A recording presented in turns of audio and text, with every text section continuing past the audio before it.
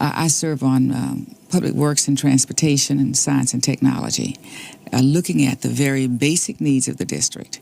It led me to, in reviewing the committees and their jurisdictions, it led me to desire Public Works and Transportation, and in combination with Science and Technology because of the focus on the conversion technology and the environment. Mr. Speaker, I came this morning to speak about health care, but I find after listening that something is much more urgent. We've heard about the bridging of the bridges by sending money to Israel, working on peace around the world, talking about isolationism, protectionism, NAFTA, and healthcare reform. And yet, I've heard speeches about cutting off our research, ignoring that we need to continue to learn, ignoring that we need to create jobs, and that we must look out for the welfare of our children and the future of this nation. I've heard people saying, cut all the research, cut the state-of-the-art research, cut the super collider. Yes, we can cut the super collider, and yes, we'll save millions today, but what will we do for tomorrow? We will shut off break fronts in health care. We'll shut off opportunities to create jobs. We'll shut off this nation from the rest of the world, and while we talk about being global, we'll be isolated here on an island. All too often, low-income communities are subjected to decades of toxic and hazardous waste dumping. Even with the many advanced technologies that are available today, we don't have a very clear idea of how chronic exposure to hazardous chemicals affect residents' health, nor do we have much in the way of long-term solutions to abate these hazards. Traditional removal techniques, which usually move one hazardous piece of soil from one low-income community to another, are really unacceptable quick fixes. H.R. 1994 takes strong steps toward developing the information necessary to clean up the many dangerous health and environmental hazards which exist today. The Internet is one of the best examples of a federal research and development investment that resulted in significant public benefits. It is a growing and increasingly important communications medium for commerce as well as for education and research uses and for personal communications.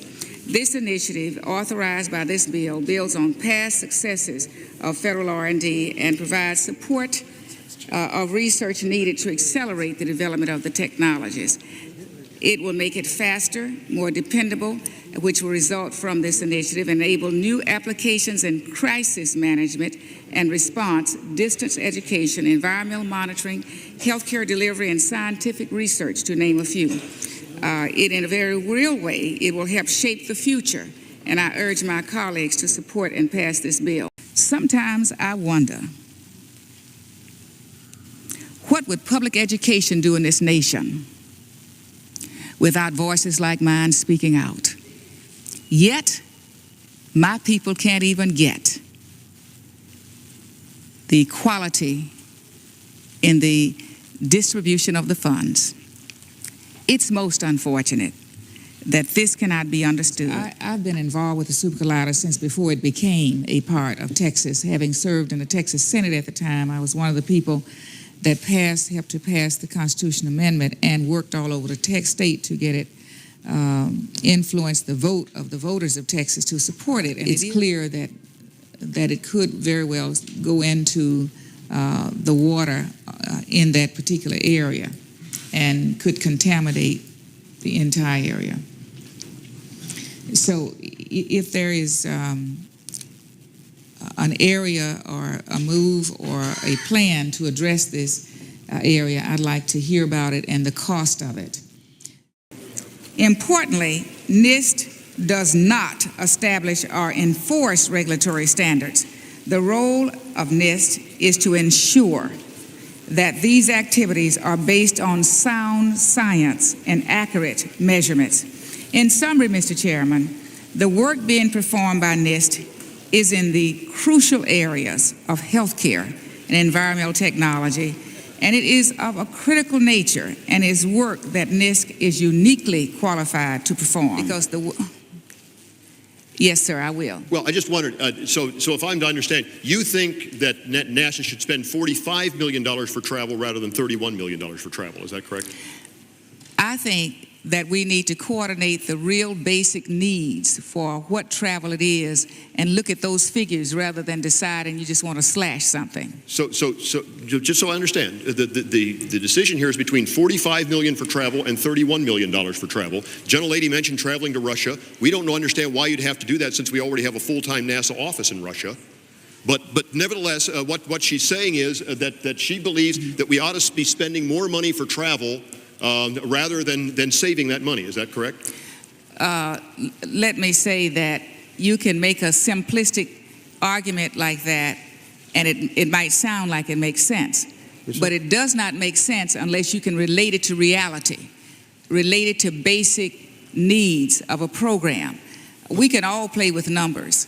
But unless those numbers make sense in reality, you're wasting other dollars. The gentlelady would yield. She's the one who mentioned travel to Russia. She said that that's one of the things that this money would be used for. And exactly what it would cut. If you would tell me exactly what the dollars you're talking about will pay for, then we can relate. But I'm talking about cutting essential travel to carry out the duty of NASA. And you don't think they can do that on $31.5 million? I think we ought to look back in their testimony and see. I don't know that they can do it with $31 million. It might not make sense. I think that you ought to be the one explaining to me why they can make all these trips with $31 million rather than talking about and trying to excite the public. I will be supporting an amendment offered by Mr. Tanner and myself to provide authorization to the Advanced Technology Program and the Manufacturing Extension Partnership.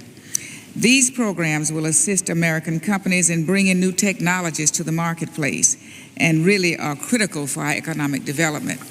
Inasmuch as we're in a restructuring of our economy, all centered around technology, it seems almost unknowledgeable of that process to ignore this key area. What I need to ask is that at what point will these polluters be responsible for cleaning up? If we stand here and change the goalpost one time after another, the time never comes. The Clinton administration, which you love to refer to on this, gave leeway, but it is time now to clean the air. People are dying from this dirty air. All right, can I? The lives, but the important thing is that we are saving lives. And as we begin to use more of our technology in building, we'll see that even the material destruction will diminish. And it underscores why we need to continue to support science and technology to develop more skills for approaching and dealing with these type of catastrophes when they happen. As a senior member of the Science Committee, I feel the CBC alternative budget supports these initiatives to invest in our children's future, our nation's future. Federal entitlements such as NASA and the National Science Foundation need funding to inspire today's youth so we can have a future in research and competitiveness. The science budget funds our scientific and engineering workforce, supports teacher enrichment programs, and helps inspire a future generation of researchers. Our nation's future depends more and more on the quality of our innovative ideas. The fruits of these investments meet vital national needs and improve the quality of life for all Americans. I support the Norris Teacher Scholarships, and I know that the storm of need is sure, and it is now. It takes effort and investment to deal with this issue. There are now more and more high-need schools, which means we have more and more students that need special attention, and we cannot have a positive future until we include them in this education. Funding included in the CBC budget also supports great competitiveness in science and technology. As a senior member of the House Science Committee, I feel it is important to invest in our children's futures, which is also an investment in our own future. Provisions for the science and technology fields will address access to higher education, enrichment programs in the STEM fields, and your critical research, and spur critical research and development to meet the needs of this country. Our nation's future depends on more and more on the quality of our innovative ideas. The fruits of these investments meet vital national needs and improve the quality of life for all Americans. As a registered nurse, I have seen firsthand how children are particularly sensitive to emissions of mercury and other air toxins. As a mother and a grandmother, I cannot stand by and watch these emissions go unchecked.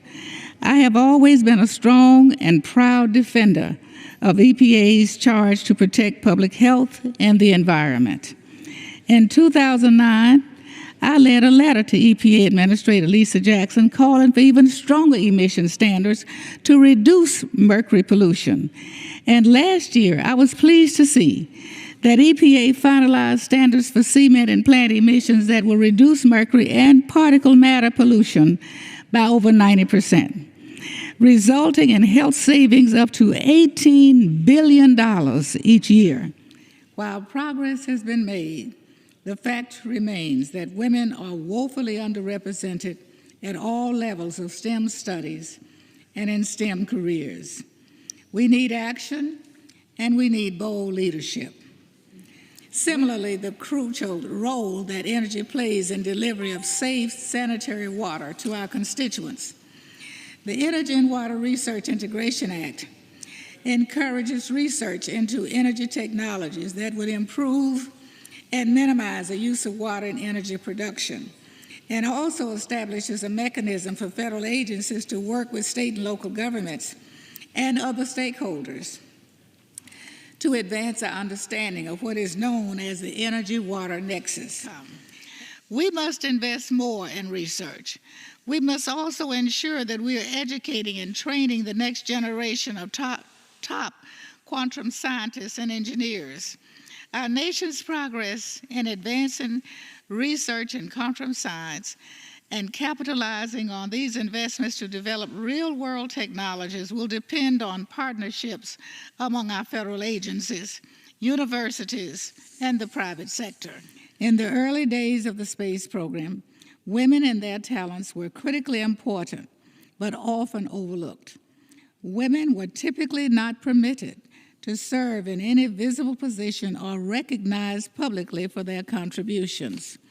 Women of color faced additional daily indignity of racial discrimination. In spite of these challenges, these women chose to apply their considerable talents to help achieve what was arguably one of the nation's crowning technological achievements, landing the first humans on the moon. The success of the NASA space program was due in large part to their brilliance, hard work, and perseverance in the face of adversity. What better example can we hope to give our sons and daughters?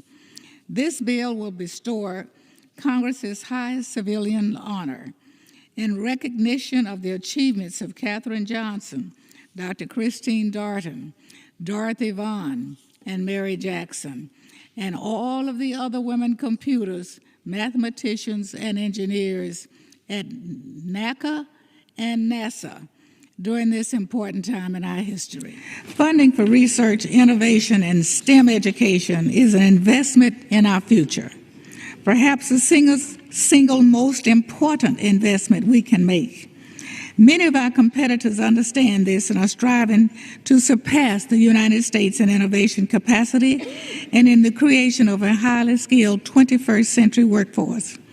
It used to be that the world's best and brightest flocked to our shores. Now many of our own best and brightest are finding better opportunities in other countries, or we are chasing them away from STEM careers altogether. From our nation's universities, because these researchers, the one with the most relevant expertise to EPA's mission of protecting public health, are denied the opportunity to provide EPA with their advice under H.R. 1422. It is difficult to understand how anyone could object to the most expert academics in the country being called on to offer their expertise to EPA.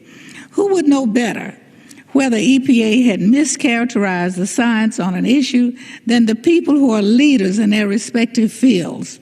The board is supposed to be composed of experts, including those who may have literally written the book on the matter. What is the alternative? Should we find people to serve who are less expert? I think that the real motivation here is to prevent EPA from using these public health studies altogether. Because if EPA cannot rely upon these public health studies, then it will be much more difficult for EPA to justify its protections for public health. The effect of this is that certain public health regulations will be almost impossible to update, regardless of what new things the health sciences tell us about pollution and its effects on public health. Mr. Chair, I think it is sad that today the Science Committee is on the floor of this House of Representatives putting forth a bill that will force a public health agency to ignore science. Yeah. It would be nice when we debate bills which are supposedly about science if we actually listened to the concerns of the scientific community instead of ignoring them as the majority has done here. Likewise, some of the nation's premier public health organizations, like the American Lung Association, the American Thoracic Society, and the American Public Health Association, among others, have come out in opposition to this bill. Again, when dealing with issues of public health, it would be nice to occasionally listen to what the public health experts have to say instead of ignoring their voices like the majority has done here. Finally, a number of well-known environmental groups have registered opposition to this legislation, including the Natural Resources Defense Council, the League of Conservation Voters, and Greenpeace, among others. There was a time, not too long ago, when the views of these groups would have mattered to some of my Republican colleagues. Not too many years ago, then the Republican chairman of the Science Committee, Sherry Boland, made clear that we need to be good stewards of the environment we are leaving for future generations. I want to believe that some of my Republican colleagues still believe that. However, legislation like this bill before us today makes me fear that what we are left with is a majority party which ignores science, ignores public health, and ignores environmental damage, all for the sake of polluting industries who have endorsed the majority's actions here today. Now, I don't begrudge these companies for supporting legislation that helps their bottom line. It's expected. What concerns me is that this Congress no longer looks at the industry's requests with a critical eye. We simply rubber stamp them without any regard for our nation's scientific experts, health experts, or environmental experts and their concerns. Major research facilities play a central role in helping NSF meet its mission to promote the progress of science, cultivate the next generation of scientists and innovators. These facilities include telescopes, research ships, engineering test beds, and other cutting-edge research platforms. We recently held a hearing to congratulate the scientists working on one such endeavor, the LIGO project that detected gravity waves. As the LIGO project demonstrated, these efforts involving major facilities have the potential to generate profound breakthroughs in science and inspire a whole new generation of our best and brightest to pursue careers in STEM. And some of my colleagues like to pick certain grants and make fun of it, just as just been said, and then say it's not worth funding. One of the grants that my colleagues like to pick on is a grant entitled Ecosystem Resilience to Human Impacts, Ecological Consequences of Early Human-Set Fires in New Zealand. It may be easy for some of my colleagues to question why the federal government should spend money on studying fires that were set in a foreign country hundreds of years ago. Apparently, it is harder for them to spend 5 minutes reading the abstract. It turns out that those early settlers in New Zealand caused the loss of more than 40% of the forest in just decades. By studying the long-term effect on the ecosystem impacts of those long ago fires, We can gain knowledge to help natural resources managers make smarter decisions about how to mitigate, prepare for, and respond to massive wildfires in our own country. It is right in the public interest. Federal science agencies and OSTPs should ensure that they are accounting for the diversity among these institutions and the populations they serve. If we are to continue to prosper as a nation, we must do more to diversify our STEM workforce. Fortunately, the more than 700 MSIs that enroll nearly 30% of our nation's undergraduates know how to solve this problem. The MSI STEM Achievement Act will ensure these institutions are equipped with the resources they need to lead the way. Being chair of the Science, Space, and Technology Committee, we have already addressed a number of issues, and we will continue. We're using sound science, and we've also had the experience of many catastrophes throughout our nation that we are forced to give attention to. We passed a bulk of bills from the committee with bipartisan support, and most passed the House with overwhelming votes. And so we know that we have done the homework openly and fairly. The bill we are voting on today is critical to the future competitiveness and well-being of our nation. I look forward to its swift passage in the House, and hopefully we'll get a cooperation with the Senate, working with the Senate, and get it to the President in a short amount of time. We are today. With this legislation, we will bring about solutions for the climate crisis, enhance our semiconductor research and manufacturing, create jobs, increase regional innovation, and so much more. We will also take historic and much-needed action to build a strong and diverse STEM workforce and ensure that we're able to make use of all the brain power and talent we have in our great nation. With bipartisan STEM pieces in this bill, we will create a bright future for all of those who wish to pursue STEM, no matter their race, gender, or zip code. We are ushering in a strong future for our premier scientific agencies with transformational funding at NIST, NSF, and DOE. We also authorize important activities at NASA and address other discrete research topics across the government's scientific agencies. Also joined by congressional leaders from around the country who fought so hard for this bill. Eddie Bernice Johnson, chair of the House Science Committee. Eddie, this whole bill wouldn't have gotten done without you. It really wouldn't have. We chose to take giant steps. We chose to know the unknown, and we chose to lead into the future. In the years since President Kennedy's speech, we have made great strides in our endeavors in space exploration. Americans now live and work on the International Space Station. Our rovers are exploring the surface of Mars. Our telescopes are peering into the depths of the universe, and so much more.